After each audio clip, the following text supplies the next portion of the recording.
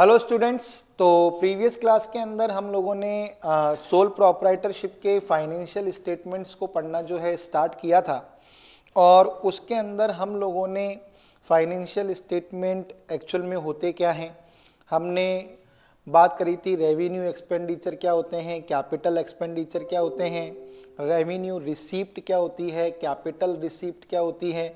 इन सब चीज़ों के बारे में अपन लोगों ने पढ़ लिया था। अपन ने कुछ एग्जाम्पल्स भी किए थे रेवेन्यू एक्सपेंडिचर, कैपिटल एक्सपेंडिचर और डेफर्ड रेवेन्यू एक्सपेंडिचर को कैसे पहचानते हैं। तो आज हम जो बेसिकली बात करेंगे वो आज हम सीखेंगे ट्रेडिंग अकाउंट के बारे में कि भाई ट्रेडिंग अकाउंट क्या होता है। ट्रेडिंग अकाउंट को अपन हिंदी में क्या कहते हैं, व्यापार खाता कहते हैं। क्या कहते हैं? ट्रेडिंग अकाउंट को अपन लोग हिंदी में क्या कहते हैं, व्यापार खाता। तो ये व्यापार खाता क्या होता है, इसको कैसे बनाते हैं और इससे रिलेटेड कुछ क्वेश्चंस जो हैं हम लोग करेंगे आज की क्लास के अंदर, ताकि आपका जो है ट्रेडिंग अकाउंट वाला जो कंसेप्ट है वो बिल्कुल क्या हो जाए, क्लियर हो जाए।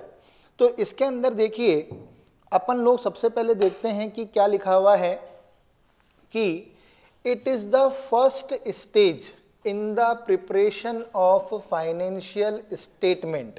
ये क्या है, पहला चरण है। किस चीज़ का पहला चरण है? फाइनेंशियल स्टेटमेंट्स को तैयार करने के संबंध में ये क्या है, पहला चरण है। यानी कि जब भी हम फाइनेंशियल स्टेटमेंट्स तैयार करते हैं तो सबसे पहले जो अकाउंट बनाते हैं वो कौन सा अकाउंट होता है? ट्रेडिंग अकाउंट होता है।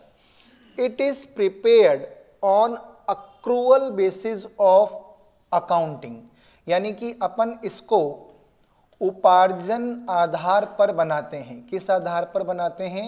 उपार्जन आधार, यानी कि अक्रूवल बेसिस पर।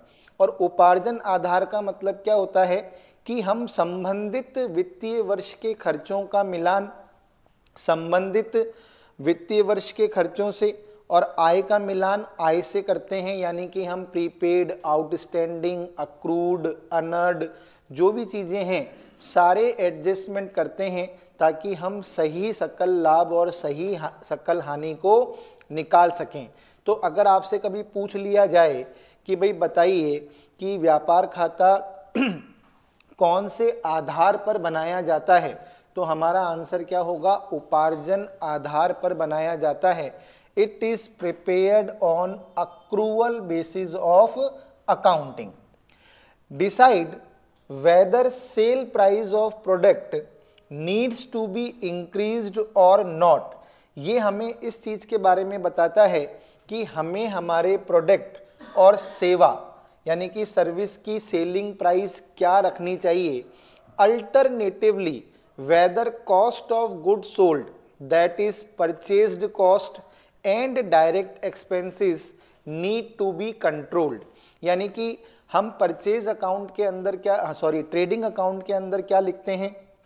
हम परचेजेस को लिखते हैं, डायरेक्ट एक्सपेंसेस को लिखते हैं, ओपनिंग स्टॉक को लिखते हैं, क्लोजिंग स्टॉक को लिखते हैं और इनके आधार पर हम कॉस्ट ऑफ गुड्स सोल्ड निकाल लेते हैं। और कॉस्ट ऑफ गुड्स सोल्ड निकालने से हमारा क्या होता है, हमको ये पता होता है कि हमें हमारे खर्चों पर कंट्रोल करना चाहिए या खर्चों को बढ़ाना चाहिए, हमें सेलिंग प्राइस क्या रखनी चाहिए। तो इन सब बातों की जानकारी जो है हम ट्रेडिंग अकाउंट से मालूम कर सकते हैं। Balance of this account is either gross profit और ग्रॉस लॉस। यानी कि इस अकाउंट का जो बैलेंस होता है या तो सकल लाभ होगा या हमें सकल हानि होगी। तो ज़्यादा ऐसा कोई डीप कंसेप्ट नहीं है, सामान्य सी बात है कि भाई ट्रेडिंग अकाउंट जो है हम लोगों को कब बनाना पड़ता है? जब हम फाइनेंशियल स्टेटमेंट तैयार करते हैं। और ये फाइनेंशियल स्टेटमेंट्स की क्या है, फर्स्ट स्टेज है। इसे किस बेसिस पर बनाया जाता है? अक्रूवल बेसिस पर बनाया जाता है। और यदि इसका नेचर हम देखें तो ये एक नॉमिनल अकाउंट ही होता है। ये हमें बताता है कि हमारे प्रोडक्ट की सेलिंग प्राइस हमें क्या रखनी चाहिए और कॉस्ट ऑफ गुड्स सोल्ड को मालूम करके हम ये देख सकते हैं कि भाई हमें कौन से खर्चों को बढ़ाना है, कौन से खर्चों को कम करना है। इस खाते का जो बैलेंस होता है वो या तो सकल लाभ होता है या सकल हानि, यानी कि या तो ग्रॉस प्रॉफिट फाइंड आउट होता है या ग्रॉस लॉस को हम क्या करते हैं, फाइंड आउट करते हैं। स्टूडेंट्स, मैं आपको क्लास के बीच में एक इन्फॉर्मेशन भी प्रोवाइड कराना चाहता हूं कि मैंने कॉमर्स के स्टूडेंट्स के लिए एक ऑनलाइन कोर्स स्टार्ट किया है जो कि लाइव फ्रॉम क्लासरूम बैच है। और इस बैच के अंदर आपको जो भी क्लासेस प्रोवाइड कराई जाएंगी वो अनलिमिटेड वॉच टाइम के साथ विद स्पीड फैसिलिटी आपको अवेलेबल होंगी। इसके अंदर आपको पीडीएफ नोट्स भी अवेलेबल कराए जाएंगे जिसे आप प्रिंट करा सकते हैं। इसके अंदर डाउट सेशन क्लासेस भी लगाई जाएंगी और इस कोर्स की जो वैलिडिटी रहेगी वो रहेगी from the date of purchase 1 year. और साथ ही साथ इस कोर्स की सबसे बड़ी खास बात यह है कि इसके अंदर आपको टॉपिक वाइज जो है टेस्ट सीरीज अवेलेबल होगी विथ वीडियो सॉल्यूशन। यदि आप इस कोर्स को ज्वाइन करना चाहते हैं तो आप गूगल प्ले स्टोर पे जाके सीसी मंत्रा के ऐप को डाउनलोड कर लीजिए और इस कोर्स को आप वहां से परचेज कर सकते हैं। अब आप लोग देखिए कि इसका फॉर्मेट किस तरीके का होता है, यानी कि जब हम लोग ट्रेडिंग अकाउंट बनाते हैं तो ट्रेडिंग अकाउंट का जो फॉर्मेट होता है वो किस तरीके का होता है, इस चीज़ को आप लोग समझने का प्रयास करिए।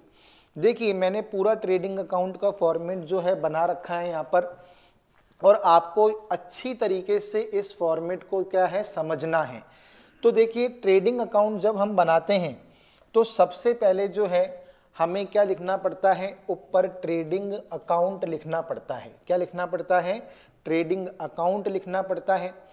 हम लिखते हैं फॉर द ईयर एंडेड, यानी कि क्योंकि इसका जो संबंध है वो पूरे वित्तीय वर्ष के साथ होता है, पूरे वित्तीय वर्ष से होता है, एक निश्चित तिथि से नहीं होता। बैलेंस शीट जो होती है उसका संबंध एक निश्चित तिथि से होता है, एक पर्टिकुलर डेट से होता है, इसलिए हम एज ऑन या एज एट लिखते हैं। लेकिन ट्रेडिंग अकाउंट और प्रॉफिट एंड लॉस अकाउंट जब हम बनाते हैं तो हम for the year ended word का क्या करते हैं, यूज करते हैं। किसका यूज करते हैं, for the year ended word का यूज करते हैं। तो आपको इस चीज को भी ध्यान में रखना है। क्लियर हो गई बात। तो आगे हम देखते हैं कि इसका फॉर्मेट एक्चुअल में होता किस तरीके से है। तो ये ट्रेडिंग अकाउंट हो गया। हमको क्या लिखना है, फॉर द ईयर एंडेड। यहां पर हम लिख देंगे 31 मार्च। क्या लिख देंगे, 31 मार्च। अगर 2024 है तो 2024, 2025 है तो 2025, क्योंकि फाइनेंशियल ईयर जो है वो 1 अप्रैल से 31 मार्च तक का होता है। तो हम यहाँ पर क्या लिख देंगे, फॉर द ईयर एंडेड 31 मार्च 2024, जो भी फाइनेंशियल ईयर हो उसको हम यहाँ पर मेंशन कर देंगे। फिर ये इसकी डेबिट साइड होती है और ये इसकी क्या होती है, क्रेडिट साइड होती है।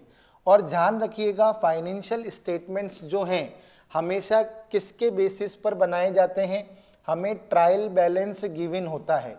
क्या गिवन होता है, ट्रायल बैलेंस, यानी कि तलपट गिवन होता है। उसमें सभी खातों के शेष हमें दे रखे होते हैं और हमें उसमें से आइटम्स को छांटना पड़ता है कि कौन सा आइटम ट्रेडिंग अकाउंट में जाएगा, कौन सा आइटम पीएनएल में जाएगा, कौन सा आइटम बैलेंस शीट के अंदर जाएगा। तो ट्रायल बैलेंस के बेसिस पर हम इसको तैयार करते हैं। तो ट्रायल बैलेंस के अंदर हमको क्या दिया हुआ होता है, ओपनिंग स्टॉक। ओपनिंग स्टॉक क्या होता है, ओपनिंग स्टॉक प्रीवियस ईयर का क्लोजिंग स्टॉक होता है। क्या होता है, प्रीवियस ईयर का क्लोजिंग स्टॉक इस फाइनेंशियल ईयर में क्या होता है, ओपनिंग स्टॉक होता है। तो सबसे पहले हम ओपनिंग स्टॉक लिखते हैं। क्या लिखते हैं, ओपनिंग स्टॉक को लिखते हैं।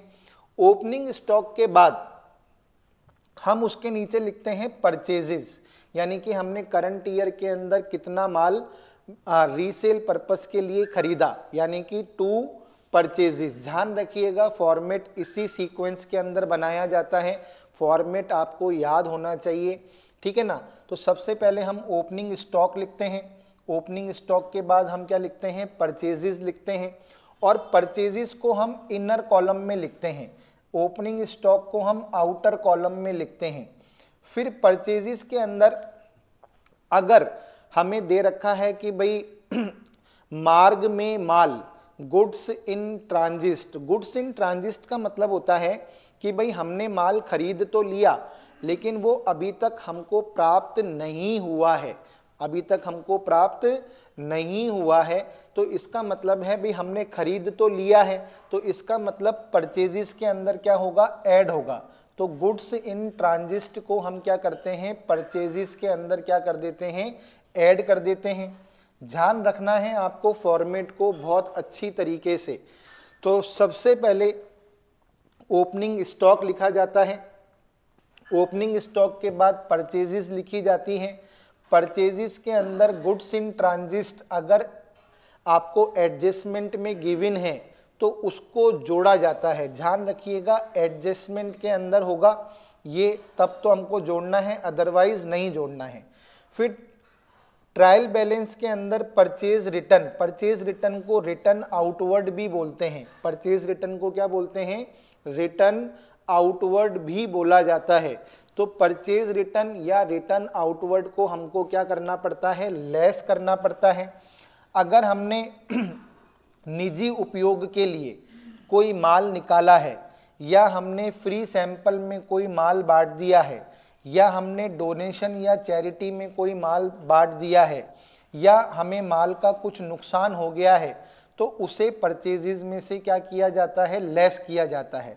लेकिन ध्यान रखना ये परचेजेस और परचेज रिटर्न तो आपको ट्रायल बैलेंस के अंदर गिवन होते हैं, लेकिन ये आपको किस में गिवन होगा, एडजस्टमेंट के अंदर। और ये बातें भी आपको कहाँ पर गिवन होगी, एडजस्टमेंट के अंदर। बाकी ओपनिंग स्टॉक, परचेजेस और परचेज रिटर्न ये आपको किस में गिवन होगा, ट्रायल बैलेंस के अंदर ही गिवन होगा। तो लेकिन मैंने यहाँ पर वो इसलिए लिख दिया कि कभी कभी ट्रायल बैलेंस के नीचे एडजस्टमेंट लिखे हुए आ जाते हैं कि भाई व्यापारी ने अपने निजी उपयोग के लिए माल व्यापार से निकाला लेकिन उसकी अभी तक कोई प्रविष्टि नहीं की गई है। व्यापारी ने इतने रुपए का माल मुफ्त नमूने के रूप में बांट दिया लेकिन उसकी प्रविष्टि नहीं की गई है। व्यापारी ने इतने रुपए का माल दान में दे दिया लेकिन उसकी कोई प्रविष्टि नहीं की गई है। माल खरीदे हुए माल में से इतने रुपए के माल का क्या हो गया है, नुकसान हो चुका है। तो अगर ट्रायल बैलेंस के नीचे इस तरह की इंफॉर्मेशन गिवन हो तो हमें परचेजेस में से उसे क्या करना पड़ता है, लेस करना पड़ता है। और अगर आपको एडिशनल इंफॉर्मेशन में दे रखा हो कि भाई मार्ग में माल है इतने रुपए का, तो आपको उससे परचेजेस को क्या करना पड़ेगा, बढ़ाना पड़ेगा। तो ये सारे चीज़ें करने के बाद जो अमाउंट आता है वो किसका कहलाता है, नेट परचेज। क्या कहलाता है, नेट परचेज। तो सबसे पहले ओपनिंग स्टॉक लिखते हैं ट्रेडिंग अकाउंट के अंदर, उसके बाद हम लिखते हैं टू परचेजेस। और वैसे नॉर्मली मैं बताऊं आपको परचेज रिटर्न या रिटर्न आउटवर्ड ही होती है, तो हमें परचेजेस में से परचेज रिटर्न या रिटर्न आउटवर्ड को लेस करना है और नेट परचेजेस आपको निकालकर यहाँ पर लिख देनी है। ये तो बहुत रेयर चांस होता है कि आपको गिवन हो, अदरवाइज आपको ये गिवन नहीं होता है। केवल परचेज और परचेज रिटर्न ही क्या होती है, ट्रायल बैलेंस के अंदर गिवन होती है। ये एडिशनल इंफॉर्मेशन में बहुत ही कम आपको देखने को मिलेगा। उसके बाद आपने ओपनिंग स्टॉक लिख दिया, परचेजेस लिख दी, परचेज में से आपने परचेज रिटर्न को लेस करके नेट परचेज को बाहर लिख दिया। उसके बाद जितने भी डायरेक्ट एक्सपेंसेस होते हैं, कौन से expenses, direct expenses. Direct expenses हम किसे कहते हैं, वो एक्सपेंसेस जिनका संबंध किसके साथ होता है, माल के उत्पादन के साथ होता है। जिनका संबंध किससे होता है, माल के उत्पादन से होता है, सीधा संबंध होता है, उनको हम डायरेक्ट एक्सपेंसेस कहते हैं। तो जितने भी डायरेक्ट एक्सपेंसेस होते हैं वो ट्रेडिंग अकाउंट के अंदर आते हैं, और जो भी इनडायरेक्ट एक्सपेंसेस होते हैं वो पीएनएल अकाउंट के अंदर आते हैं। डायरेक्ट एक्सपेंसेस को अपन हिंदी में क्या कहते हैं, प्रत्यक्ष व्यय। तो यहाँ पर मैंने जितने भी एक्सपेंसेस लिखे हैं ये सब कौन से एक्सपेंसेस हैं, डायरेक्ट एक्सपेंसेस हैं और इनको अपन हिंदी में क्या कहते हैं, प्रत्यक्ष व्यय कहते हैं। तो जितने भी डायरेक्ट एक्सपेंसेस हैं वो आपको ट्रेडिंग अकाउंट के अंदर लिखने पड़ेंगे। तो ट्रेडिंग अकाउंट में सबसे पहले क्या लिखना है, याद कर लो। ट्रेडिंग अकाउंट में सबसे पहले आएगा ओपनिंग स्टॉक। ओपनिंग स्टॉक कहाँ गिवन होगा, ट्रायल बैलेंस के अंदर गिवन होगा। ओपनिंग स्टॉक के बाद परचेजेस, परचेजेस कहाँ गिवन होगी, ट्रायल बैलेंस में गिवन होगी। फिर आपको लेस किसको करना है, परचेज रिटर्न को। परचेज रिटर्न को रिटर्न आउटवर्ड भी कहते हैं। परचेज में से परचेज रिटर्न को माइनस करने के बाद नेट परचेज आपको यहाँ पर लिख देनी है। और मैंने कहा कि ये जो ट्रांजैक्शन है ये बहुत रेयर चांस है कि गिवन होते हैं, अदरवाइज ये गिवन नहीं होते हैं, और होंगे तो ट्रायल बैलेंस के नीचे होंगे। फिर ओपनिंग स्टॉक और परचेजेस में से परचेज रिटर्न को माइनस करने के बाद जो नेट परचेजेस आ जाती हैं, उसके बाद आपको सारे के सारे डायरेक्ट एक्सपेंसेस लिखने हैं। अब डायरेक्ट एक्सपेंसेस वेजिस वेजिस जो है कारखाने में चुकाई जाती है, मजदूरों को दी जाती है। मजदूरों का किसके साथ प्रत्यक्ष संबंध होता है, उत्पादन के साथ, इसलिए वेजिस जो है ट्रेडिंग अकाउंट में आती है। लेकिन अगर सैलरीज दे रखा हो तो सैलरीज जो है वो कहाँ पर आती है, पीएनएल अकाउंट में आती है। तो हमेशा ध्यान रखो, वेजिस ट्रेडिंग अकाउंट में आती है, salary profit and loss account में आती है। फिर आपको वेजिस एंड सैलरीज दे रखा हो तो इसको भी आपको ट्रेडिंग अकाउंट में लिखना है। लेकिन अगर आपको सैलरीज एंड वेजिस लिखा हुआ हो, क्या लिखा हुआ हो, सैलरीज एंड वेजिस, तो इसको आपको प्रॉफिट एंड लॉस अकाउंट में लिखना है। अगर इसको रिवर्स कर दे, सैलरी आगे आ जाए वेजिस पीछे चले जाए, तो ध्यान रखिएगा प्रॉफिट एंड लॉस अकाउंट में। लेकिन अगर वेजिस एंड सैलरीज लिखा हुआ आ जाए तो ट्रेडिंग अकाउंट में, इसे डायरेक्ट एक्सपेंसेस मानते हैं। फिर फ्रेट, कार्टेज और कैरेज, इन तीनों का मतलब एक ही होता है, इसे अपन कहते हैं गाड़ी भाड़ा। क्या कहते हैं, गाड़ी भाड़ा। और गाड़ी भाड़ा हमेशा अगर कोई भी इंफॉर्मेशन नहीं दे रखी हो तो उसको डायरेक्ट एक्सपेंसेस ही मानना है। या तो वो आपको फ्रेट, कार्टेज, कैरेज लिख के देंगे, या फ्रेट, कार्टेज, कैरेज के साथ इनवर्ड वर्ड लगा के देंगे। लेकिन अगर इनके साथ लिखा हुआ आ जावे आउटवर्ड, तो आउटवर्ड लिखा हुआ आ जावे तो इनको प्रॉफिट एंड लॉस अकाउंट में लिखना है। इसका मतलब है कि हमने इनको माल बेचते समय खर्च किया है। अब माल बेचते समय जो भी खर्चा होता है वो प्रॉफिट एंड लॉस अकाउंट में आता है। लेकिन जिसके साथ इनवर्ड वर्ड लिखा हुआ होता है, इनवर्ड का मतलब है माल खरीदते समय आपने जो खर्चा किया है, और माल खरीदते वक्त हम जो भी खर्चा करते हैं वो उत्पादन की लागत में जुड़ता है। किस में जुड़ता है, उत्पादन की लागत में। तो देखिए बहुत बारीक बारीक बातें जो हैं मैंने यहाँ पर मेंशन की है ताकि आपसे एग्जाम के अंदर गलती नहीं हो। वेजिस आ जावे तो आपको ट्रेडिंग में लिखनी है, लेकिन अगर आपको सैलरीज लिख कर दे देवे तो आपको पीएनएल में लिखनी है। सैलरी कहाँ पर आती है, प्रॉफिट एंड लॉस अकाउंट में। अगर आपको वेजिस एंड सैलरी लिख कर दे तो ट्रेडिंग में लिखना है, लेकिन अगर सैलरी एंड वेजिस लिख के दे दे तो आपको प्रॉफिट एंड लॉस अकाउंट में लिखना है।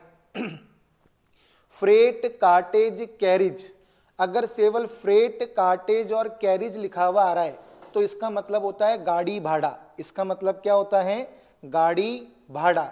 और फ्रेट, कार्टेज, कैरेज इनवर्ड लिखा हुआ आ रहा है तो इसका मतलब भी गाड़ी भाड़ा, लेकिन क्रय पर किया गया। किस पर किया गया, क्रय पर किया गया गाड़ी भाड़ा। और इनके आगे यदि आउटवर्ड वर्ड लिखा हुआ आ जावे या लिखा हुआ आ जावे ऑन सेल्स, क्या लिखा हुआ आ जावे, ऑन सेल्स।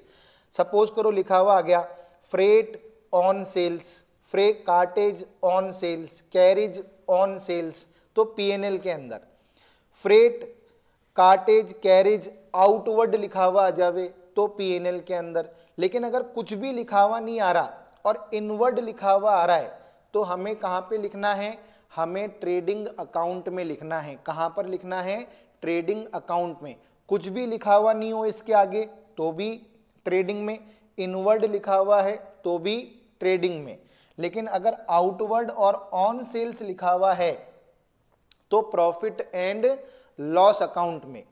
फिर गैस, फ्यूल एंड पावर, इन सबका उपयोग जो है फैक्ट्री में होता है, इसलिए इनको ट्रेडिंग में लिखा जाता है। इसके अलावा फैक्ट्री एक्सपेंसेस, अगर इलेक्ट्रिसिटी के आगे लिखा हुआ है फैक्ट्री तो इसका मतलब वो फैक्ट्री एक्सपेंसेस है ना। तो अगर किसी एक्सपेंसेस के आगे फैक्ट्री वर्ड लिखा हुआ आ जावे तो भी ट्रेडिंग के अंदर लिखना है।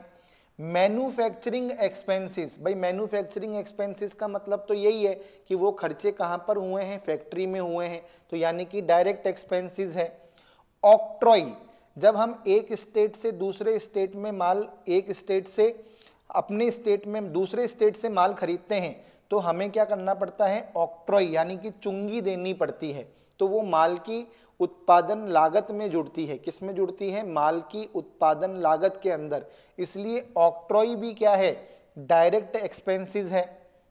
रॉयल्टी, यानी कि हम किसी चीज का उत्पादन कर रहे हैं और उसके बदले में अगर उसको रॉयल्टी चुका रहे हैं तो रॉयल्टी जो हमने सामने वाले को चुकाई है, क्योंकि भाई उसके पास अधिकार है, हम उसके अधिकार को खरीद कर उत्पादन कर रहे हैं तो उसके बदले में हमें उसको शुल्क देना पड़ेगा। तो रॉयल्टी माल के उत्पादन में क्या होती है? जुड़ती है, इसलिए रॉयल्टी भी क्या है? एक तरीके से डायरेक्ट एक्सपेंसेस है।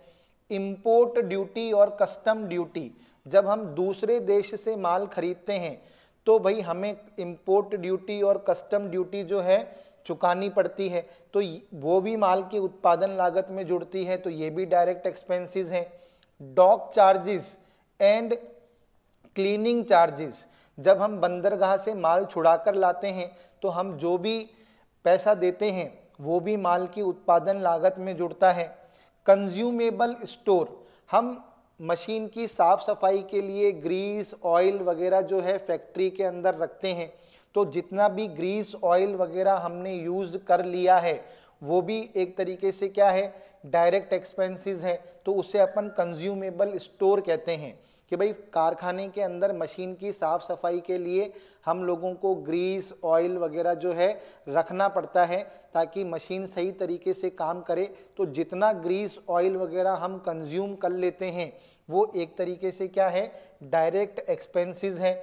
पैकिंग मटेरियल एक्सपेंसेस, अगर हमने माल खरीदते समय कोई पैकिंग मटेरियल एक्सपेंसेस किए हैं तो वो ट्रेडिंग में आएंगे, लेकिन माल को बेचते समय अगर हमने कोई पैकिंग मटेरियल एक्सपेंसेस किए हैं तो वो पीएनएल में आएंगे। ध्यान रखिएगा, तो फर्क पड़ता है खरीदते समय और बेचते समय। खरीदते समय जो भी करेंगे वो ट्रेडिंग अकाउंट में आएगा।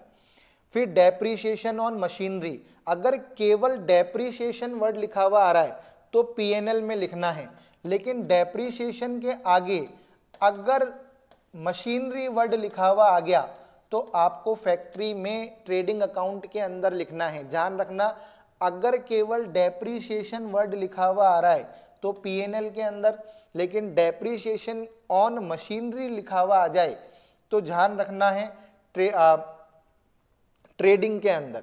लेकिन मोस्टली बताऊं मैं आपको, ये डेप्रीशिएशन आपको कंफ्यूज कर देगा, इसको यहाँ से हटा ही दो, क्योंकि अधिकतर डेप्रीशिएशन जो है वो पीएनएल के अंदर ही आता है, चाहे वो मशीनरी का हो चाहे वो किसी का भी हो। तो डेप्रीशिएशन से आपको कंफ्यूज नहीं होना है, तो डेप्रीशिएशन मशीनरी का हो किसी का भी हो वो आपको पीएनएल के अंदर ही लिखना है। अभी इस कंसेप्ट में हमको नहीं जाना, ठीक है। तो डेप्रीशिएशन ऑन मशीनरी आपको कंफ्यूज करेगा, यहाँ से इसको हटा देना है। डेप्रीशिएशन के बारे में आपको यही मानना है कि उसको हम कहाँ पर लिखेंगे? पीएनएल के अंदर लिखेंगे, चाहे वो किसी का भी डेप्रीशिएशन हो। क्लियर हो गई बात? अब यहाँ पर आप लोग एक चीज़ समझ लीजिए कि ये ट्रेडिंग अकाउंट की डेबिट साइड हो गई। कौन सी साइड हो गई? डेबिट साइड हो गई। आपको करना क्या है? ट्रेडिंग अकाउंट की डेबिट साइड के अंदर सबसे पहले आपको ओपनिंग स्टॉक लिखना है, फिर परचेजेस लिखनी है, और परचेजेस के अंदर से आपको परचेज रिटर्न या रिटर्न आउटवर्ड को माइनस करना है, नेट परचेजेस निकालनी है। नेट परचेजेस निकालने के बाद ट्रायल बैलेंस के अंदर जितने भी डायरेक्ट एक्सपेंसेस आपको दे रखे हैं वो सारे के सारे डायरेक्ट एक्सपेंसेस जो हैं आपको ट्रेडिंग अकाउंट के अंदर लिखने हैं। तो ट्रायल बैलेंस हमें गिवन होता है, तो ट्रायल बैलेंस के अंदर से हमने ओपनिंग स्टॉक लिख दिया, परचेजेस लिख दी, परचेज में से हमने परचेज रिटर्न को माइनस कर दिया, नेट परचेज लिख दी। उसके बाद जितने भी डायरेक्ट एक्सपेंसेस हैं वो हमने ट्रायल बैलेंस में से छांट लिए। और ये डायरेक्ट एक्सपेंसेस आपको याद होने चाहिए, है ना। तो मैंने जितने भी डायरेक्ट एक्सपेंसेस बन सकते थे वो सारे के सारे जो हैं यहाँ पर लिख दिए हैं, जिनसे रिलेटेड क्वेश्चन आपसे पूछे जा सकते हैं। Wages and salaries, freight, cartage, carriage. Freight, cartage, carriage inward अगर केवल ये लिखा हुआ है तो भी ट्रेडिंग में, और इनवर्ड लिखा हुआ आ जावे तो भी ट्रेडिंग में। Gas, fuel and power, factory expenses, manufacturing expenses, octroi, royalty, import duty, custom duty, dock charges and cleaning charges, consumable stores, ये क्या होते हैं, ग्रीस, ऑयल वगैरह का खर्चा, पैकिंग मटेरियल एक्सपेंसेस अगर हमने खरीदते समय किए हैं तो, और डेप्रिसिएशन आप हटा देना, है ना, ये गलती से यहाँ पर आ गया। क्लियर। अब डेबिट साइड को हमने लिख लिया। अब डेबिट साइड के बाद आपको क्या करना है, आपको लिखना है क्रेडिट साइड। क्रेडिट साइड में क्या क्या आता है, सबसे पहले ट्रायल बैलेंस के अंदर से हम सेल्स को लिखेंगे। किसको लिखेंगे, सेल्स को।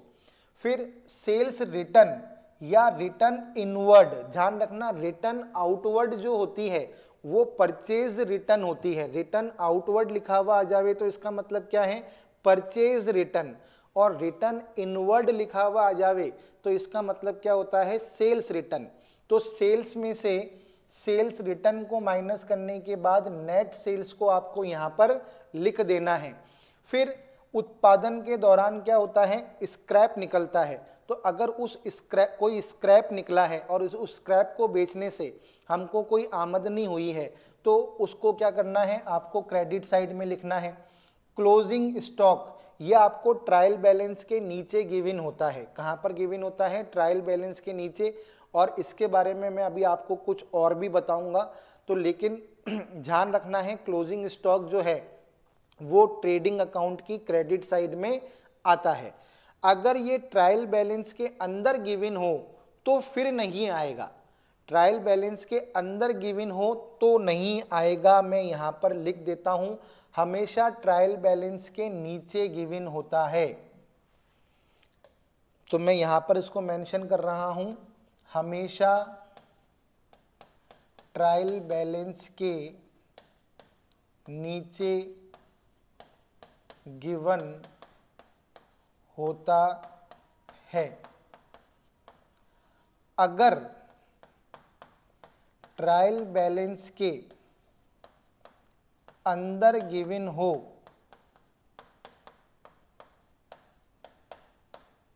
तो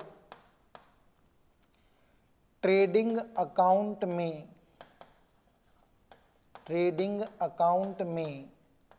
नहीं लिखना है। इसका मतलब है कि ये परचेज में से एडजस्ट हो चुका है। भाई वैसे हमेशा का मतलब यहाँ पर क्या है, मोस्टली ये आपको कहाँ पर गिवन होता है, ट्रायल बैलेंस के नीचे गिवन होता है। अगर ट्रायल बैलेंस के नीचे गिवन है तब तो आपको यहाँ पर लिखना है, लेकिन अगर ये ट्रायल बैलेंस के अंदर गिवन हो तो ट्रेडिंग अकाउंट में मत लिखना। इसका मतलब है इसे परचेज में से एडजस्ट किया जा चुका है, इसे परचेज में से एडजस्ट किया जा चुका है। तो देखिए यहाँ पर अगर हम बेसिकली देखें तो मैंने आप लोगों को सारी बातें जो है यहाँ पर समझा दी ट्रेडिंग अकाउंट के फॉर्मेट के बारे में, क्योंकि भाई हम टीचर बनने जा रहे हैं तो टीचर को तो फॉर्मेट जो है टिप्स पर याद होना ही चाहिए कि भाई कौन सी चीज़ ट्रेडिंग अकाउंट में आएगी, कौन सी चीज़ नहीं आएगी। और हमें बच्चों को सिखाना भी यही होता है, क्योंकि कोई भी बच्चा ट्रेडिंग अकाउंट तभी बना सकता है जब उसको उसका फॉर्मेट याद हो, ठीक है ना। तो ट्रेडिंग अकाउंट बहुत ही इजी अकाउंट है, इतना कोई हार्ड एंड टफ अकाउंट नहीं है। हमें केवल और केवल क्या होना चाहिए, फॉर्मेट लर्न होना चाहिए कि भाई सबसे पहले ओपनिंग स्टॉक लिखेंगे डेबिट साइड में, फिर परचेजेज लिखेंगे, फिर परचेजेज में से परचेज रिटर्न को माइनस कर देंगे, नेट परचेजेज बाहर आ जाएगी। बाकी ये तो एडजस्टमेंट है, अगर गिवन होंगे तो हम नेक्स्ट चैप्टर में और सीखेंगे इनके बारे में। लेकिन अभी यहाँ पर आपको एक ही चीज़ ध्यान रखनी है, परचेजेज में से परचेज रिटर्न को माइनस करा और हमने यहाँ पर लिख दिया। उसके बाद जितने भी डायरेक्ट एक्सपेंसेस मैंने यहाँ पर लिखे हैं ये आपको याद करने हैं, इनके बाहर नहीं होता है कुछ भी। मोस्टली यही डायरेक्ट एक्सपेंसेस आपको किताबों में देखने के लिए मिलेंगे। और क्रेडिट साइड तो बहुत ही ईजी है, आपको सेल्स लिखनी है, सेल्स में से सेल्स रिटर्न को क्या करना है, माइनस करना है, नेट सेल्स बाहर आ जाएगी। अगर स्क्रैप ऑफ सेल्स दे रखी है तो उसको लिखना है। और क्लोजिंग स्टॉक के बारे में आपको याद रखना है कि अगर क्लोजिंग स्टॉक ट्रायल बैलेंस के नीचे गिवन है एज अ एडजस्टमेंट तो ही यहाँ लिखना है। अगर क्लोजिंग स्टॉक ट्रायल बैलेंस के अंदर है तो यहाँ पर नहीं लिखना है। फिर आप क्या करोगे, डेबिट और क्रेडिट का टोटल लगाओगे। किसका, डेबिट साइड का टोटल लगाओगे और क्रेडिट साइड का क्या लगाओगे, टोटल लगाओगे। ठीक है, अगर डेबिट साइड का टोटल क्रेडिट साइड से ज़्यादा है इसका मतलब आपको क्या हो गया, ग्रॉस लॉस हो गया। क्या हो गया, ग्रॉस लॉस। और यदि क्रेडिट साइड का टोटल डेबिट साइड से ज़्यादा है तो आपको क्या हो गया, ग्रॉस प्रॉफिट हो गया। क्या हो गया, ग्रॉस प्रॉफिट हो गया। तो पहले तो हम फॉर्मेट के अंदर क्या करते हैं, पूरे फॉर्मेट को फिलअप कर लेते हैं। फॉर्मेट को फिलअप करने के बाद हम क्या करते हैं, टोटल लगाते हैं डेबिट साइड का और क्रेडिट साइड का। अगर डेबिट साइड का टोटल जो है वो क्रेडिट साइड से ज़्यादा है इसका मतलब एक्सपेंसेस साइड ज़्यादा है। अब एक्सपेंसेस साइड ज़्यादा है तो आपको ग्रॉस लॉस होगा। क्या होगा, ग्रॉस लॉस। और यदि क्रेडिट साइड ज़्यादा है इसका मतलब इनकम साइड ज़्यादा है तो आपको क्या होगा, ग्रॉस प्रॉफिट होगा। तो इन दोनों में से एक ही चीज़ आएगी, या तो ग्रॉस प्रॉफिट आएगा या ग्रॉस लॉस आएगा। और इसको हम कहाँ पर ट्रांसफ़र कर देते हैं, प्रॉफिट एंड लॉस अकाउंट के अंदर क्या कर देते हैं, ट्रांसफ़र कर देते हैं। कहाँ पर ट्रांसफ़र कर देते हैं, प्रॉफिट एंड लॉस अकाउंट के अंदर। तो आप लोगों को ट्रेडिंग अकाउंट का जो फॉर्मेट है वो ढंग से बिल्कुल समझ में आ गया होगा। अब देखिए सबसे इम्पॉर्टेंट बात वो क्या है, वो ये है क्लोजिंग एंट्रीज। ये हमारे सिलेबस में है, एग्ज़ाम में हमसे पूछी जाती हैं, एग्ज़ाम में हमसे पूछी जाती हैं closing entries related to trading account. मैंने आप लोगों को बताया कि भाई ट्रेडिंग अकाउंट जो है ट्रायल बैलेंस से आप बनाते हो, लेकिन ट्रायल बैलेंस से ट्रेडिंग अकाउंट बनाने से पहले हमें क्लोजिंग एंट्रीज करनी पड़ती है। तो मैं ये एंट्रीज आपको बाद में इसलिए समझा रहा हूँ ताकि आपको समझने में आसानी हो।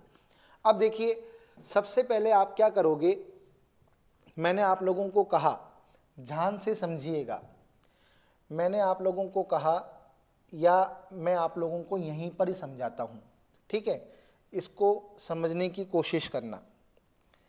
मैंने आप लोगों को कहा कि भाई हम क्या करते हैं, टू परचेजेस लिखते हैं।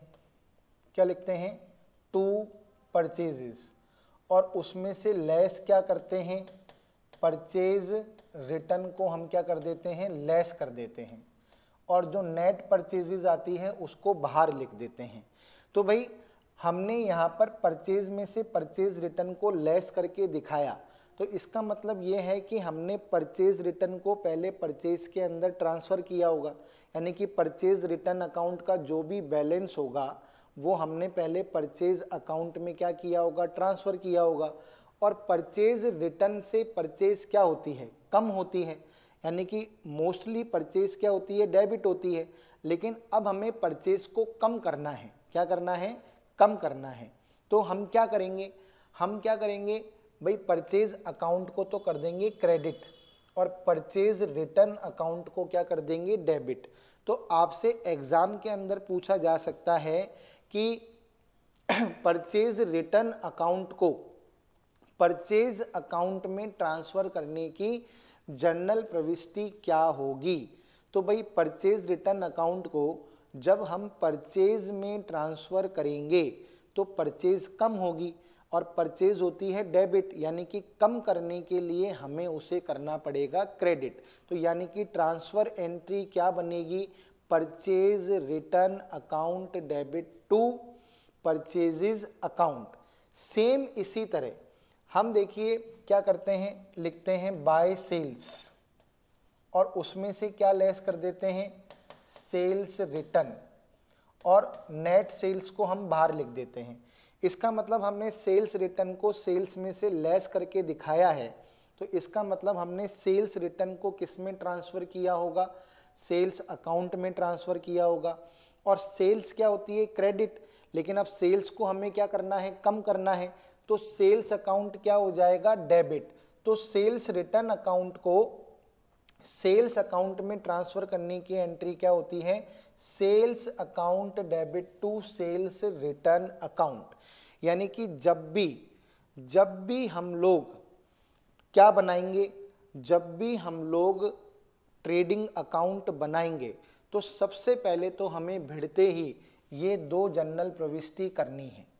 जब भी ट्रेडिंग अकाउंट बनाया जाता है तो सबसे पहले आपको ये दो क्लोजिंग एंट्री कह लो या ट्रांसफ़र एंट्री कह लो, आपको करनी ही पड़ेगी, आपको करनी ही पड़ेगी। क्योंकि भाई ट्रेडिंग अकाउंट के अंदर हम परचेज में से परचेज रिटर्न को लेस करके दिखा रहे हैं। तो इसके पीछे लॉजिक क्या है, हमने परचेज रिटर्न को परचेज में ट्रांसफ़र किया होगा तभी तो हम यहाँ पर लेस करके दिखा रहे हैं। और परचेज रिटर्न से परचेज क्या हो गई, कम हो गई, तो परचेज को कम करने के लिए हम क्या करेंगे, क्रेडिट करेंगे। तो हमने क्या जर्नल प्रविष्टि की होगी, purchase return account debit to purchases account. हम ट्रेडिंग अकाउंट में से सेल्स रिटर्न को लेस करके दिखा रहे हैं।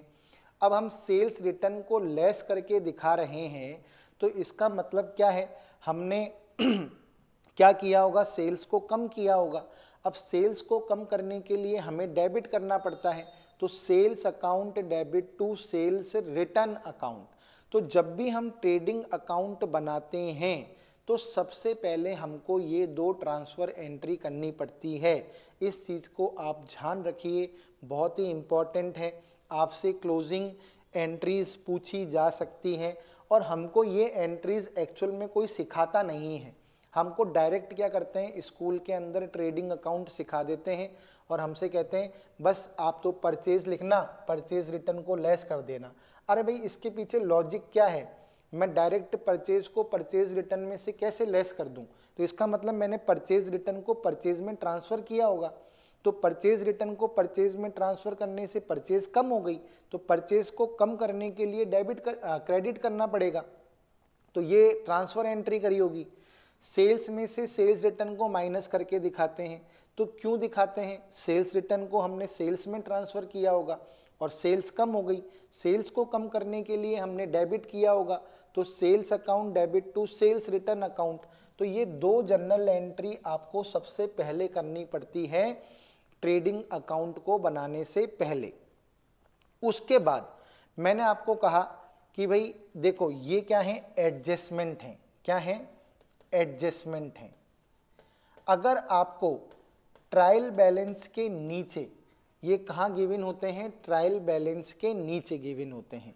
अगर आपको लिखा हुआ है कि भाई मार्ग में माल है 50,000 रुपये का और प्रविष्टि नहीं हुई है, तो भाई प्रविष्टि नहीं हुई है तो इसका मतलब क्या है, हमें उसको परचेजेज में जोड़ना पड़ेगा। हमें उसको परचेजेज में क्या करना पड़ेगा, जोड़ना पड़ेगा। यानी कि हमने अभी तक उसको परचेज में ऐड नहीं किया है, हमने उसको परचेज में ऐड नहीं किया है। यानी कि वहाँ पे साफ लिखा हुआ आएगा, मार्ग में माल है जिसकी क्रय की प्रविष्टि नहीं की गई है।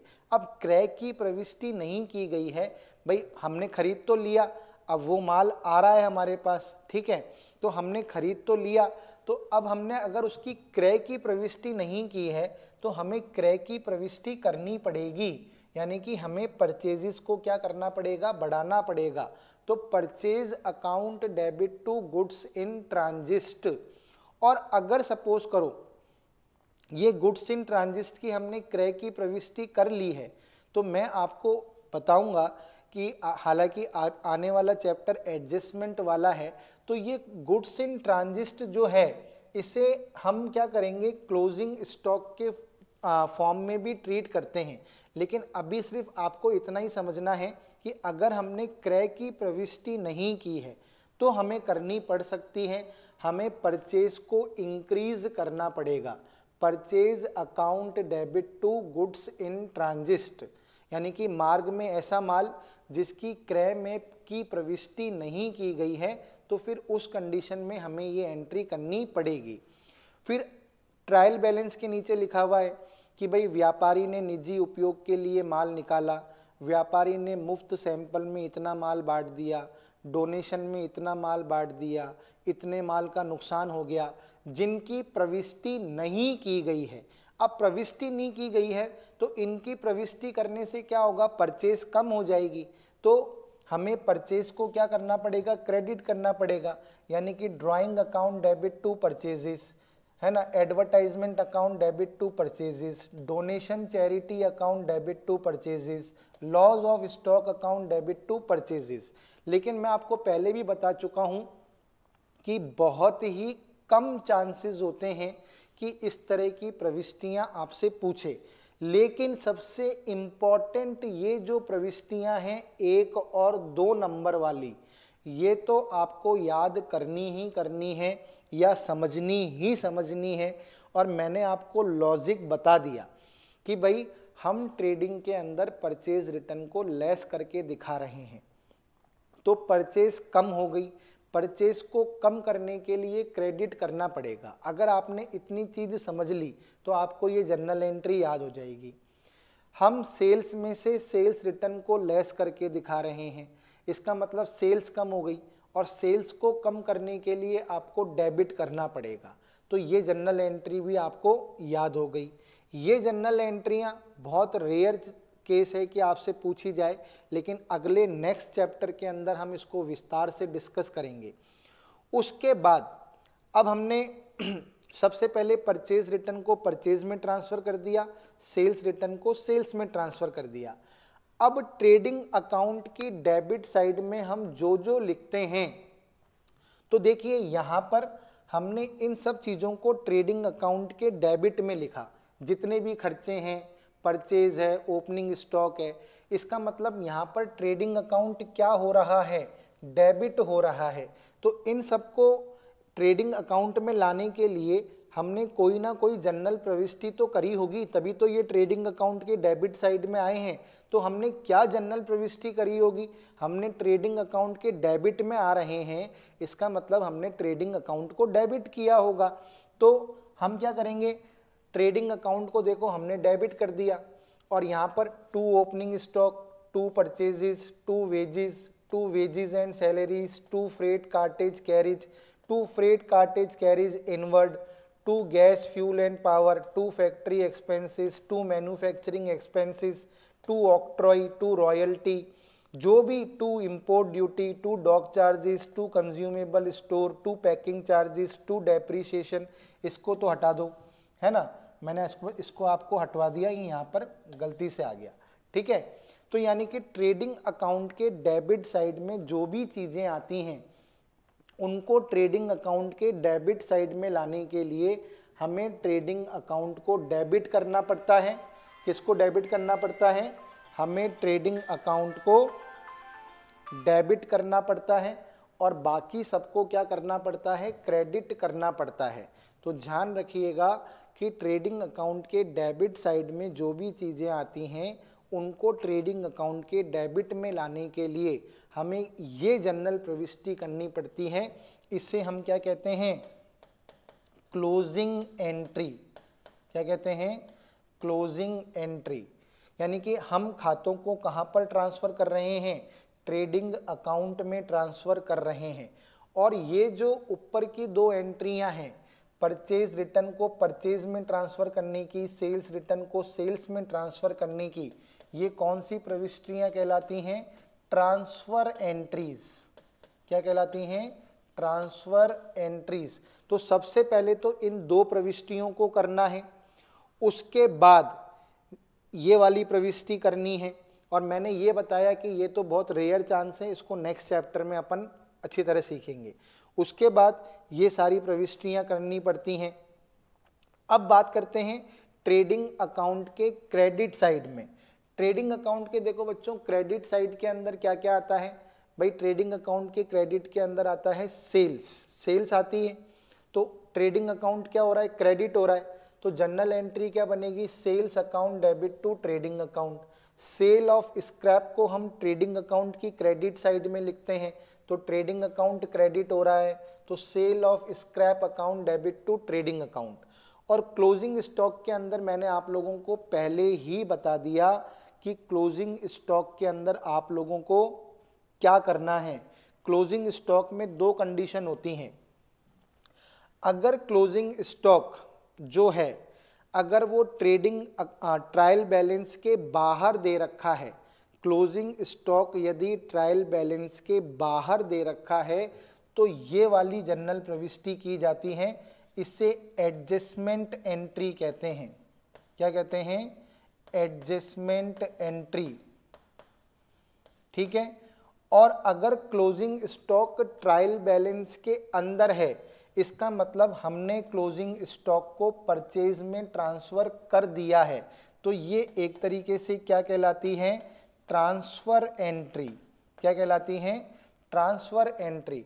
तो क्लोजिंग स्टॉक को लेकर दो तरह की सिचुएशन आपके सामने आ सकती है, और एग्जाम में आपसे क्वेश्चन भी पूछा जा सकता है कि यदि क्लोजिंग स्टॉक को तलपट के अंदर दिखाया हुआ है, तो अंतिम खाते बनाते समय हम उसे कहाँ दिखाएंगे? केवल चिट्ठे में दिखाएंगे, बैलेंस शीट में दिखाएंगे। देखिए, इस एंट्री को तब करते हैं जब क्लोजिंग स्टॉक को ट्रायल बैलेंस के अंदर दिखाना हो। इस एंट्री की कंडीशन में क्लोजिंग स्टॉक को केवल बैलेंस शीट की असेट साइड में दिखाया जाता है, क्योंकि भाई परचेज में से वो ऑलरेडी परचेज में ट्रांसफर हो गया, तो अब आपको ट्रेडिंग अकाउंट के क्रेडिट साइड में उसको लिखने की जरूरत नहीं है। लेकिन अगर आपने ये वाली जनरल प्रविष्टि करी है, तो इसका मतलब है आप क्लोजिंग स्टॉक को ट्रायल बैलेंस के बाहर दिखा रहे हो। कहाँ दिखा रहे हो? ट्रायल बैलेंस के बाहर। तो यह एंट्री तब करते हैं जब क्लोजिंग स्टॉक ट्रायल बैलेंस के बाहर दे रखा हो। यह एंट्री करने पर क्लोजिंग स्टॉक ट्रेडिंग अकाउंट की क्रेडिट साइड में और बैलेंस शीट की असेट साइड में दिखाया जाता है। यानी कि जब ये एंट्री होती है तो आपको ट्रेडिंग अकाउंट की क्रेडिट साइड में भी दिखाना है और बैलेंस शीट की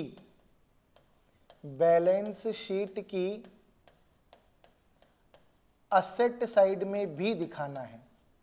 लेकिन अगर ये एंट्री है तो केवल और केवल बैलेंस शीट की असेट साइड में जाएगा, ट्रेडिंग अकाउंट में नहीं जाएगा। बैलेंस शीट की किस साइड में जाएगा? असेट साइड में जाएगा, ट्रेडिंग अकाउंट में नहीं जाएगा। बहुत ही इम्पॉर्टेंट कंसेप्ट है ये। एक एक बात मैं आप लोगों को क्लियर कर रहा हूं, क्योंकि आप भविष्य के अंदर फर्स्ट ग्रेड व्याख्याता बनने वाले हो, तो बच्चे को आपको बहुत ही ईमानदारी से पढ़ाना है। क्योंकि भाई बताता ही नहीं है ये बातें कोई बताता ही नहीं है कि भाई ऐसा क्यों किया जा रहा है। बताओ सही बात है कि नहीं है? आज तक आप लोगों ने, हालांकि हो सकता है कि आपको किसी ने बताया हो, लेकिन ये बातें कोई बताता ही नहीं है कि भाई क्लोजिंग स्टॉक को लेकर ये दो तरह की प्रविष्टियां की जा सकती हैं, और क्लोजिंग स्टॉक हमेशा मैनुअली काउंट होता है।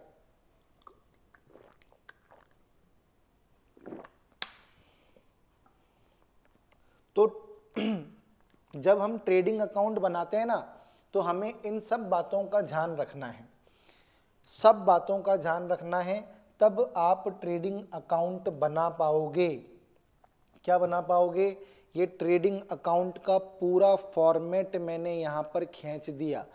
इससे बाहर मुश्किल है कि कोई एक्सपेंसेस आपसे पूछा जाए। ये सारे एक्सपेंसेस मैंने बुकों से छांटकर एक बार ही यहाँ पर लिख दिए जो ट्रेडिंग अकाउंट में आते हैं।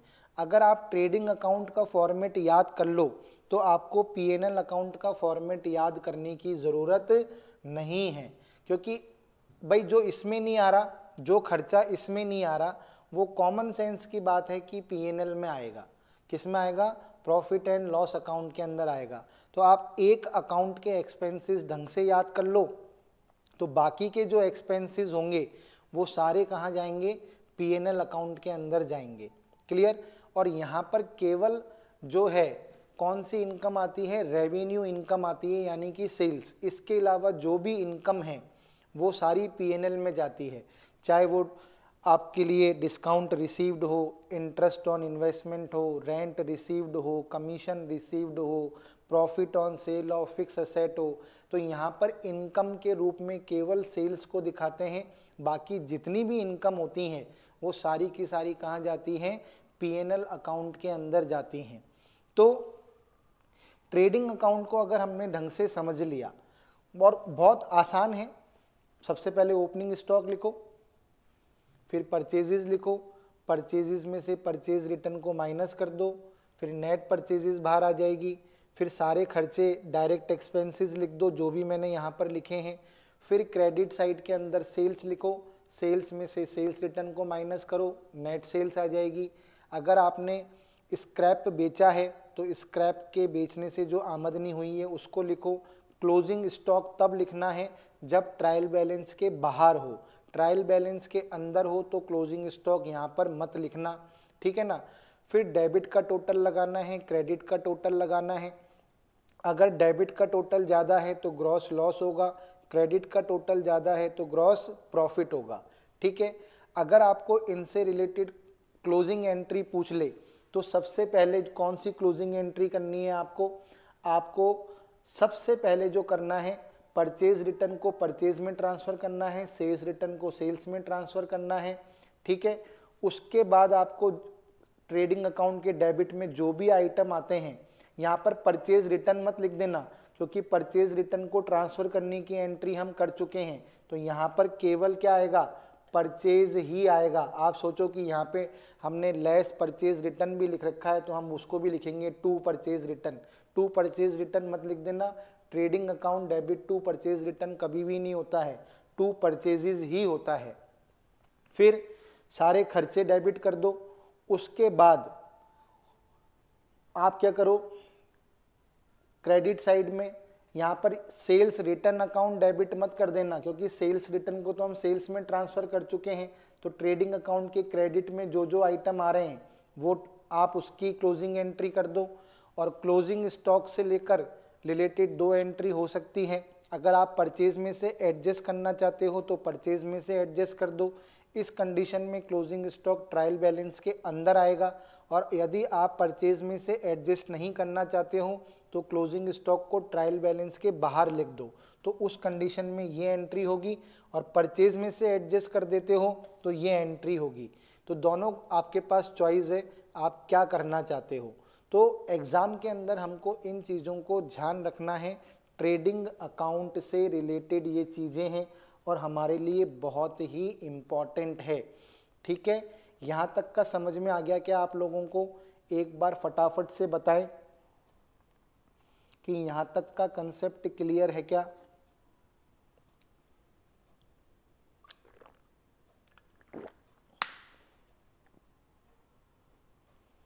यहाँ तक का कंसेप्ट क्लियर है क्या आप लोगों को?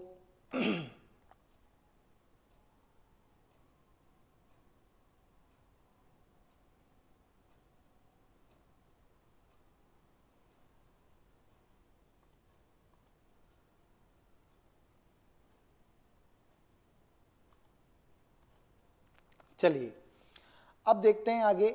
लास्ट दो एंट्रियां और बची हैं। अगर हमें देखो अब इसको कैसे समझना है। ट्रेडिंग अकाउंट,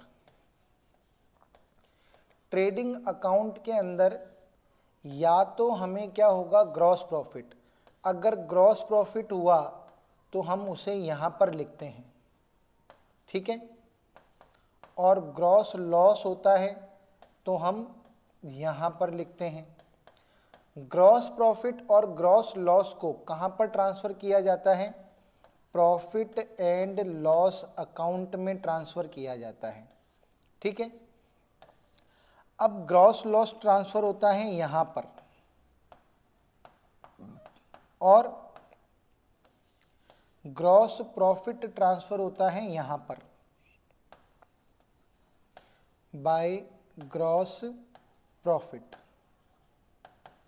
ठीक है भाई। ग्रॉस, इन दोनों में से एक ही चीज़ होगी। अगर ग्रॉस प्रॉफिट होता है तो हम ट्रेडिंग अकाउंट में यहाँ पर लिखते हैं, और ग्रॉस लॉस होता है तो ट्रेडिंग अकाउंट में यहाँ पर लिखते हैं। ग्रॉस लॉस को हम पीएनएल के डेबिट में ट्रांसफ़र करते हैं। कहाँ पर ट्रांसफ़र करते हैं, डेबिट में। और ग्रॉस प्रॉफिट को हम कहाँ ट्रांसफ़र करते हैं, पीएनएल के क्रेडिट में ट्रांसफ़र करते हैं।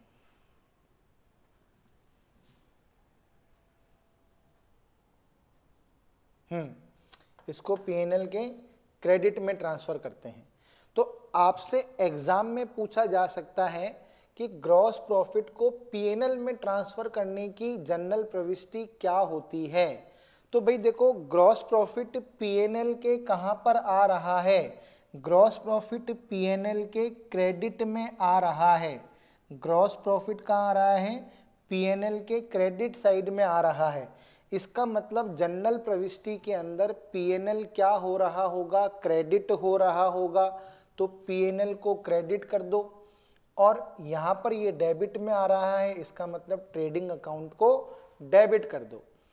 ग्रॉस लॉस को पीएनएल में ट्रांसफ़र करने की एंट्री क्या होती है, ग्रॉस लॉस पीएनएल के डेबिट में आ रहा है, इसका मतलब पीएनएल डेबिट हो रहा होगा, तो ट्रेडिंग अकाउंट क्या हो रहा होगा, क्रेडिट हो रहा होगा।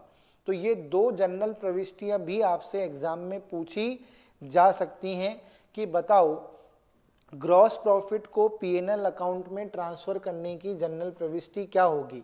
तो बच्चे सोचने लग जाते हैं, यार यार जनरल प्रविष्टि तो हमने देखी नहीं, हम तो डायरेक्ट ही ट्रांसफ़र कर देते थे। डायरेक्ट ट्रांसफ़र नहीं होता, अकाउंट में कोई भी चीज़ डायरेक्ट नहीं होती, उसके पीछे कोई ना कोई लॉजिक ज़रूर होता है। हम पीएनएल के क्रेडिट में ग्रॉस प्रॉफिट को लिख रहे हैं, इसका मतलब हमने जनरल प्रविष्टि के अंदर पीएनएल को क्रेडिट किया है। तो डेबिट किसको किया होगा, ट्रेडिंग को किया होगा, क्योंकि ट्रेडिंग से ही तो आ रहा है ये।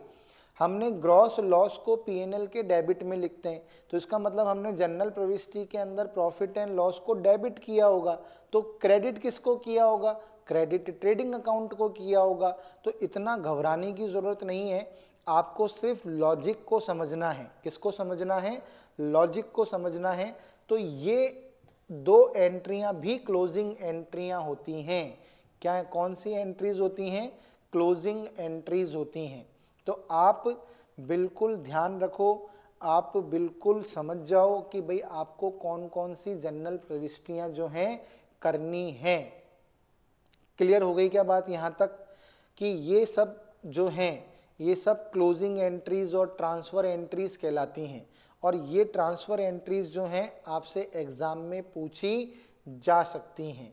एग्ज़ाम के अंदर ध्यान रखना, वो हमेशा बेसिक क्वेश्चन आपसे पूछेगा, आपसे कोई न्यूमेरिकल कराने वाला नहीं है। वो ये देखेगा कि आपकी सब्जेक्ट पे कमांड कितनी है, आपको ये चीज़ें पता है या नहीं पता हैं। ये चीज़ें अगर आपको पता हैं तब तो भाई आप बिल्कुल व्याख्याता बनो, है ना। तो व्याख्याता बनने के लिए हमें थोड़ा सा डीप में पता होना क्या है, ज़रूरी है, तभी हम इस चीज़ों को कर पाएंगे। क्लियर हो गई बात। अब देखिए, अब हमारे सामने बड़ा ही मोस्ट इम्पॉर्टेंट चीज़ आ रही है। लेकिन इससे पहले भी मैं आपको बता दूं कि अभी भी थोड़ा कन्फ्यूज़न होगा, तो मैं उसको भी दूर कर देता हूं, है ना। क्लोजिंग एंट्रीज को मैं बिल्कुल छोटे फॉर्म में आपको समझा देता हूं। Closing entries and transfer entries किससे रिलेटेड? ट्रेडिंग अकाउंट से रिलेटेड, ट्रेडिंग अकाउंट से रिलेटेड। देखो पहले तो आपको भिड़ते ही कौन सी एंट्री करनी है? एंट्री करनी है परचेज रिटर्न, या अपन कहते हैं return outward account debit to purchases. ये एंट्री करनी है पहले तो। दूसरी एंट्री आपको क्या करनी है? Sales account debit to sales return या रिटर्न इनवर्ड अकाउंट। ये एंट्री करनी है। तीसरी एंट्री आपको क्या करनी है? Trading account debit to opening stock account to purchases account और टू डायरेक्ट एक्सपेंसेस अकाउंट। जितने भी डायरेक्ट एक्सपेंसेस हैं उन सबको क्रेडिट करते जाओ। चौथी एंट्री आपको करनी है sales account debit sales of scrap account debit to trading account. ठीक है, ये 4 एंट्रियां हो गई। उसके बाद 5वीं एंट्री करनी है क्लोजिंग स्टॉक की, और क्लोजिंग स्टॉक की एंट्री भी तब करनी है जब क्लोजिंग स्टॉक ट्रायल बैलेंस के बाहर हो, है ना। यहां पर मैं लिख देता हूं, जब क्लोजिंग स्टॉक ट्रायल बैलेंस के बाहर हो। अंदर हो तो करने की ज़रूरत ही नहीं है, वो ट्रेडिंग अकाउंट में आएगा ही नहीं। तो एंट्री क्या होगी? Closing stock account debit to trading account. फिर यदि आपको ग्रॉस प्रॉफिट होता है, क्या होता है? ग्रॉस प्रॉफिट होता है, तो आप क्या जनरल एंट्री करोगे? आप एंट्री करोगे trading account debit to profit and loss account. और यदि आपको ग्रॉस लॉस होता है तो आप क्या जनरल एंट्री करोगे? Profit and loss account debit to trading account. ये जनरल प्रविष्टि करोगे। क्लियर हो गई बात? अब इसमें से भी ये 2 एंट्रीज कौन सी एंट्री है? ये ट्रांसफर एंट्रीज हैं। क्या है? Transfer entries. ठीक है ना। ये 2 कौन सी एंट्री हैं? ये भी ट्रांसफर एंट्रीज हैं। ये एंट्री कौन सी एंट्री है? ये एडजस्टमेंट एंट्री है। कौन सी एंट्री है? Adjustment entry. और बाकी की जो हैं वो सब कौन सी एंट्री हैं? Closing entry. तो 7 एंट्रीज के अंदर मैंने ट्रेडिंग अकाउंट को ख़त्म कर दिया। तो ये 7 एंट्रीज करनी पड़ती है जब भी ट्रेडिंग अकाउंट बनाते हैं। कितनी एंट्री करनी पड़ती है? 7 एंट्री करनी पड़ती है जब ट्रेडिंग अकाउंट बनाते हैं। तो ये आपको ध्यान रखना है। 7 एंट्रीज के अंदर ट्रेडिंग अकाउंट का चैप्टर मैंने क्लोज कर दिया। ज़्यादा कंफ्यूज होने की ज़रूरत नहीं है। यहाँ तक ये एंट्रियाँ अच्छी तरीके से समझ में आ गई क्या आप लोगों को? जल्दी से बताएं। ये 7 एंट्रियों में ट्रेडिंग अकाउंट का चैप्टर क्लोज। क्लियर है क्या? रिप्लाई करें कि यहां तक क्लियर है क्या?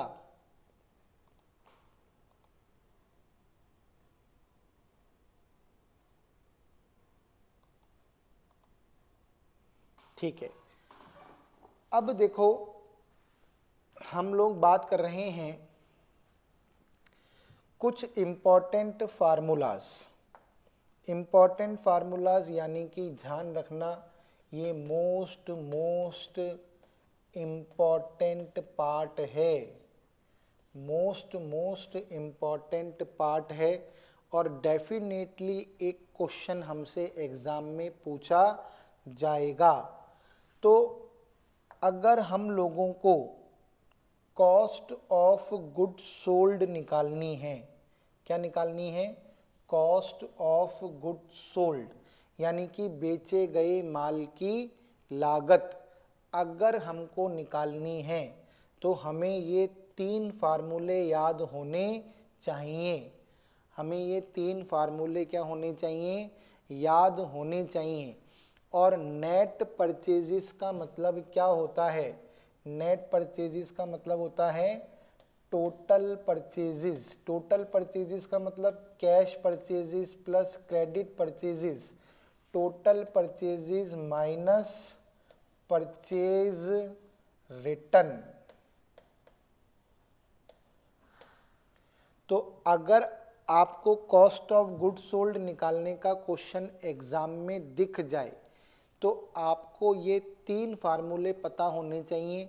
अब आप पूछोगे कि सर इन 3 फार्मूलों में से कौन सा फार्मूला अप्लाई करें, तो वो क्वेश्चन में दी गई इंफॉर्मेशन पर डिपेंड करता है।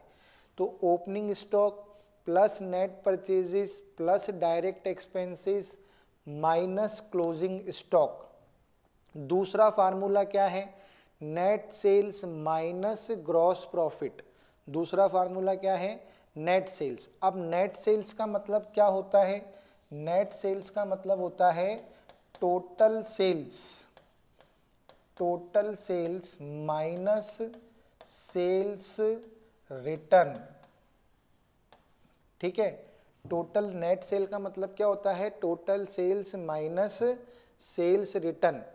तो अगर हम ओपनिंग स्टॉक में नेट परचेजेस को जोड़ देते हैं, डायरेक्ट एक्सपेंसेस को जोड़ देते हैं और उसमें से यदि हम क्लोजिंग स्टॉक को लेस कर देते हैं तो हमारे पास कॉस्ट ऑफ गुड सोल्ड आ जाती है। अगर हम नेट सेल्स में से ग्रॉस प्रॉफिट को माइनस कर देते हैं तो भी हमारे पास कॉस्ट ऑफ गुड सोल्ड आ जाती है। अगर ग्रॉस लॉस की कंडीशन हो तो नेट सेल्स के अंदर यदि हम ग्रॉस लॉस को जोड़ दें तो भी हमारे पास कॉस्ट ऑफ गुड सोल्ड आ जाती है। तो कॉस्ट ऑफ गुड सोल्ड निकालने के 3 फार्मूले होते हैं। जीवन में याद रखो, ये 3 फार्मूले जो होते हैं ये कॉस्ट ऑफ गुड सोल्ड को निकालने के होते हैं और ये आपको टिप्स पर क्या होने चाहिए? याद होने चाहिए, तभी आप एग्जाम में क्वेश्चन को अटेंड कर पाओगे। फिर ग्रॉस प्रॉफिट निकालने के 2 फार्मूले होते हैं। ग्रॉस प्रॉफिट निकालने के कितने फार्मूले होते हैं? 2 फार्मूले होते हैं। देखिए, पहला फार्मूला क्या होता है? नेट सेल्स में से आप कॉस्ट ऑफ गुड सोल्ड को माइनस कर दो तो ग्रॉस प्रॉफिट आ जाती है ना। नेट सेल्स में से यदि हम कॉस्ट ऑफ गुड सोल्ड को माइनस कर दें तो क्या आ जाती है? कॉस्ट ऑफ गुड्स सोल्ड आ जाती है। और नेट सेल्स में से यदि हम एडजस्टेड परचेज और डायरेक्ट एक्सपेंसेस को माइनस कर दें तो भी गुड सोल्ड आ जाती है। अब आपके दिमाग में आ रहा होगा सर ये एडजस्टेड परचेज क्या होती है? एडजस्टेड परचेज का मतलब होता है opening stock plus purchases minus closing stock, minus closing stock, ये होता है एडजस्टेड परचेज का मतलब, है ना। तो अगर क्वेश्चन के अंदर हमें एडजस्टेड परचेज ही लिख रखी है और हमसे कहा जाए कि भाई ट्रेडिंग अकाउंट बनाओ, तो ट्रेडिंग अकाउंट में ध्यान रखना, अगर एडजस्टेड परचेज दे रखी तो ट्रेडिंग अकाउंट में इन तीनों को लिखने की कोई ज़रूरत नहीं है, क्योंकि इन तीनों को एडजस्ट करने के बाद ही तो एडजस्टेड परचेज आई है। तो कहने का मतलब क्या है कि अगर आप नेट सेल्स में से एडजस्टेड परचेज को माइनस कर दोगे, है ना, और डायरेक्ट एक्सपेंसेस को माइनस कर दोगे, क्योंकि कॉस्ट ऑफ गुड्स सोल्ड के फार्मूले में एक डायरेक्ट एक्सपेंसेस ही तो बचा, वो हम ऑलरेडी अलग से लेस कर रहे हैं। तो नेट सेल्स में से मैंने इन एडजस्टेड परचेज को माइनस कर दिया, डायरेक्ट एक्सपेंसेस को माइनस कर दिया, तो मैं कॉस्ट ऑफ गुड्स सोल्ड को ऐसे लिखूं या मैं कॉस्ट ऑफ गुड्स सोल्ड को ऐसे लिखूं, तो बात तो क्या है, एक ही है, बात तो एक ही है। तो एग्जाम में घबराने की जरूरत नहीं है, ये भी कॉस्ट ऑफ गुड्स सोल्ड ही है। बस मैं कर क्या रहा हूं, opening stock plus purchases minus closing stock को मैं यहाँ पर घटा रहा हूँ और डायरेक्ट एक्सपेंसेस को मैं यहाँ से घटा रहा हूँ। तो इकट्ठा ये हो सकता है या एग्जाम में ये भी हो सकता है। तो नेट सेल्स निकालने के दो तरीके, ग्रॉस प्रॉफिट निकालने के क्या होते हैं, दो मेथड यानी कि दो तरीके होते हैं, दो फार्मूले होते हैं। तो आपको ग्रॉस प्रॉफिट इस तरीके से आप कैलकुलेट कर सकते हो। क्लियर। तो क्लोजिंग स्टॉक निकालने के कितने, कॉस्ट ऑफ गुड्स सोल्ड निकालने के कितने तरीके हो गए, 3।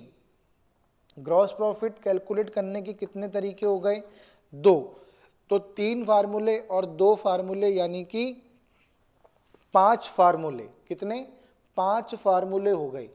तो ये 5 के 5 फार्मूले जो हैं आप लोगों को लर्न करने हैं। नेक्स्ट क्लास के अंदर मैं आप लोगों को कराऊंगा प्रैक्टिकल क्वेश्चंस, है ना, और आप चाहते हो कि आपको ये सारे प्रैक्टिकल क्वेश्चंस समझ में आ जाएं। देखो कितने सारे प्रैक्टिकल क्वेश्चंस मैंने आप लोगों के लिए यहाँ पर लिख रखे हैं, और आप चाहते हो कि आपको ये सारे के सारे प्रैक्टिकल क्वेश्चंस जो हैं समझ में आ जाएं। तो उसके लिए आप लोगों को क्या करना पड़ेगा, उसके लिए पहले आप लोगों को ये फार्मूले याद करने पड़ेंगे, ताकि मैं चाहता हूँ कि अगले क्लास के अंदर आप लोगों को ये सारे क्वेश्चन जो हैं अच्छी तरीके से समझ में आए। ज़्यादा नहीं है, 5 फार्मूले हैं, अपने दिमाग के अंदर बैठा लो इसको अच्छी तरीके से, आप लोग 5 फार्मूलों को याद कर लो और इजी हैं भाई। अगर सपोज करो क्वेश्चन के अंदर ओपनिंग स्टॉक भी दे रखा है, परचेजेस भी दे रखी है, डायरेक्ट एक्सपेंसेस भी दे रखा है, क्लोजिंग स्टॉक भी दे रखा है, और हमसे कहे कि यार कॉस्ट ऑफ गुड्स सोल्ड निकालो, तो opening stock plus purchases plus direct expenses minus closing stock cost of goods sold आ गई। अगर क्वेश्चन में सपोज करो ये कुछ भी नहीं दे रखा, हमें नेट सेल्स और ग्रॉस प्रॉफिट दे रखा है, तो नेट सेल्स में से ग्रॉस प्रॉफिट को माइनस कर दो, कॉस्ट ऑफ गुड्स सोल्ड आ गई। अगर हमें क्वेश्चन में ये कुछ भी नहीं दे रखा, हमें नेट सेल्स और ग्रॉस लॉस दे रखा है, तो नेट सेल्स में ग्रॉस लॉस जोड़ दो, कॉस्ट ऑफ गुड्स सोल्ड आ गई। ठीक है, फिर हमसे कहा जाए कि ग्रॉस प्रॉफिट निकालो, तो अब ग्रॉस प्रॉफिट कैसे निकालें भाई, ग्रॉस प्रॉफिट कैसे आएगा, ग्रॉस प्रॉफिट होता क्या है, अगर हम सेलिंग प्राइस में से कॉस्ट ऑफ गुड्स सोल्ड को माइनस कर दें तो हमें ग्रॉस प्रॉफिट मालूम पड़ जाएगा। तो नेट सेल्स, पहले तो नेट सेल्स कैलकुलेट करो, है ना, फिर ग्रॉस प्रॉफिट को कैलकुलेट करो, कॉस्ट ऑफ गुड्स सोल्ड को कैलकुलेट करो, और नेट सेल्स में से कॉस्ट ऑफ गुड्स सोल्ड को लेस कर दो, तो आपके पास क्या आ जाएगा, ग्रॉस प्रॉफिट आ जाएगा। या फिर अगर क्वेश्चन के अंदर आपको कॉस्ट ऑफ गुड्स सोल्ड नहीं दे रखी, आपको एडजस्टेड परचेज दे रखी है और डायरेक्ट एक्सपेंसेस दे रखे हैं, तो एडजस्टेड परचेज का मतलब क्या होता है, opening stock plus purchases minus closing stock. और तो इसका मतलब क्या है कि भाई ये 3 चीज़ें तो जो कॉस्ट ऑफ गुड्स सोल्ड के अंदर होती हैं वो ऑलरेडी इकट्ठी यहाँ पर लेस कर दी, डायरेक्ट एक्सपेंसेस अलग से लेस कर दो, डायरेक्ट एक्सपेंसेस अलग से लेस कर दो। तो ये 5 फार्मूले जो हैं आपको याद करने हैं, आपको क्या करने हैं, याद करने हैं, अपने दिमाग के अंदर बैठाने हैं, तभी आप एग्ज़ाम के अंदर अप्लाई कर पाओगे। और यहाँ पर एक चीज़ का और ध्यान रखो, जैसे कि किस चीज़ का आपको ध्यान रखना है, ये क्वेश्चन है, ठीक है ना, फॉर्मेट है, आपको ट्रायल बैलेंस के अंदर एडजस्टेड परचेज गिवन है, तो आपको फिर ट्रेडिंग अकाउंट बनाते समय ओपनिंग स्टॉक, परचेजेस और क्लोजिंग स्टॉक को लिखने की ज़रूरत ही नहीं है, क्योंकि अभी मैंने आपको बताया, तो यानी कि आपको फिर परचेज से रिलेटेड कुछ भी लिखने की ज़रूरत नहीं है, क्योंकि एडजस्टेड परचेज का मतलब क्या होता है, opening stock plus purchases minus closing stock. तो अगर आपको क्वेश्चन में एडजस्टेड ट्रायल बैलेंस के अंदर एडजस्टेड परचेज गिवन है या क्वेश्चन में एडजस्टेड परचेज गिवन है, तो ट्रेडिंग अकाउंट में इन तीनों को लिखने की ज़रूरत नहीं पड़ती है, क्योंकि एडजस्टेड परचेज का मतलब ही क्या होता है, adjusted purchase is equals to opening stock plus net purchases minus closing stock. तो फिर क्लोजिंग स्टॉक ट्रेडिंग अकाउंट के अंदर इन तीनों को लिखने की कोई ज़रूरत नहीं पड़ती। तो ये 5 फार्मूले जो मैंने आपको बताए हैं, ये आप याद करके रखो। नेक्स्ट क्लास के अंदर हम इनसे रिलेटेड प्रैक्टिकल क्वेश्चंस जो हैं वो सॉल्व करेंगे। चलिए, तो फिर हम अभी आज की क्लास को ओवर करते हैं। अब हम मिलते हैं नेक्स्ट क्लास में। Thank you very much.